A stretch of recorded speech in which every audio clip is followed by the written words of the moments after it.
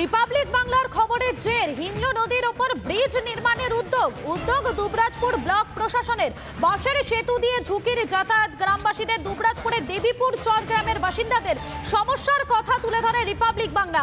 আর এর ফলেই নড়ে চড়ে বসে প্রশাসন। ভূমি দপ্তরের আধিকারিকদের নিয়ে এলাকা পরিদর্শন করেন ভিডিও এবং দ্রুত রাস্তা তৈরির কাজ শুরু হবে এমনটাই আশ্বাস দিয়েছেন ভিডিও। দুটো ছবি দেখাচ্ছি আপনাদেরকে। একদিকে দেখুন বাঁশের সেতু দিয়ে ঝুঁকির পারাপার করছেন স্থানীয় বাসিন্দারা। দুবরাজপুরের দেবীপুর চর গ্রামের বাসিন্দাদের সমস্যার কথা তুলে ধরে রিপাবলিক বাংলা। আর তারপরে ভূমি দপ্তরের আধিকারিকদের নিয়ে একেবারে এলাকা পরিদর্শনে চলে যান ভিডিও। দ্রুত রাস্তা সংস্কারের কাজ শুরু হবে, দ্রুত মেরামতি করা হবে এমনটাই আশ্বাস দেওয়া হয়েছে ভিডিওর পক্ষ থেকে।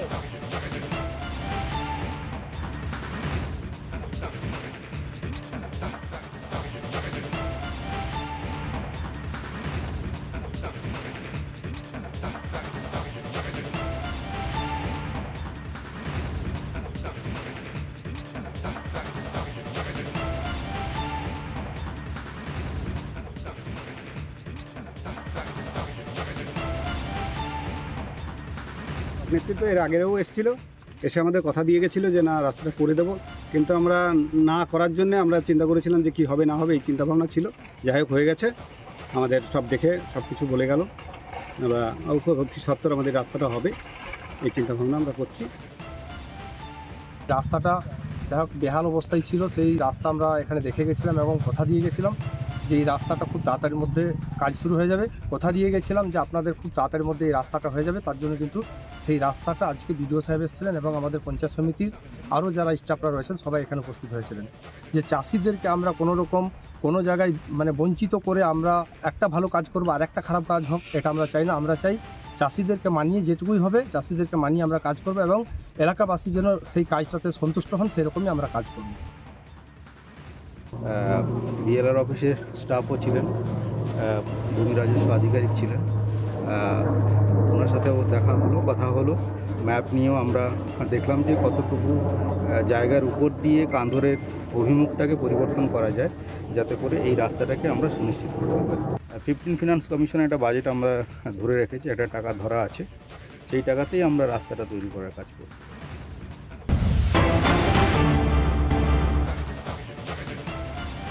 দলের মহিলা কর্মীদের উদ্দেশ্যে কুরুচিকর মন্তব্য, অভিযোগ বিক্রমজিৎ সাউয়ের বিরুদ্ধে।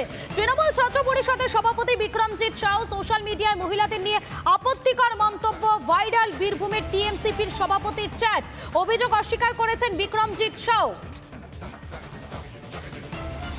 দলের মহিলা কর্মীদের উদ্দেশ্যে কুরুচিকর মন্তব্য, অভিযোগ বিক্রমজিৎ সাউয়ের বিরুদ্ধে। তৃণমূল ছাত্র পরিষদের সভাপতি বিক্রমজিৎ সাউ সোশ্যাল মিডিয়ায় মহিলাদের নিয়ে আপত্তিকর মন্তব্য ভাইরাল। তৃণমূলের বীরভূমের তৃণমূল সভাপতির চ্যাট, ও যদিও সমস্ত অভিযোগ অস্বীকার করেছেন এই বিক্রমজিৎ সাউ।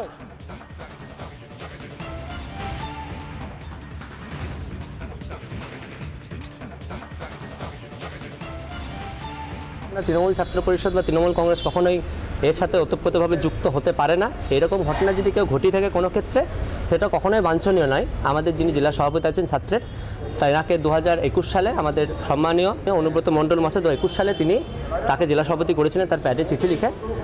এবং কেষ্টদা বিগত 2 দিন আগে এমন একটি ঘটনা বলেছিল, শিউরি সভা থেকে বলেছিলেন তিনি যে ছাত্রদের নেশা থেকে বারণ করবে। সেখানে এরকম অভিযোগ আমার কাছে আসে না, কারণ অনুব্রত মণ্ডল তিনি যখন জেলা সভাপতি করেছেন বিক্রমজিৎ সাউকে, তার কোনো মান সম্মান নিশ্চয়ই বিক্রমজিৎ সাউ রাখবে বলে আশা রাখি।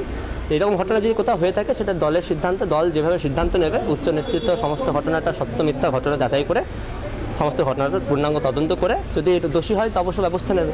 নানা ধরনের কন্টেন্ট দেখার জন্য লাইক করুন, শেয়ার করুন আমাদের ফেসবুক পেজ, সাবস্ক্রাইব করুন আমাদের ইউটিউব চ্যানেল। পাশাপাশি অন্যান্য ব্রেকিং নিউজের জন্য অবশ্যই চোখ রাখুন রিপাবলিক বাংলায়।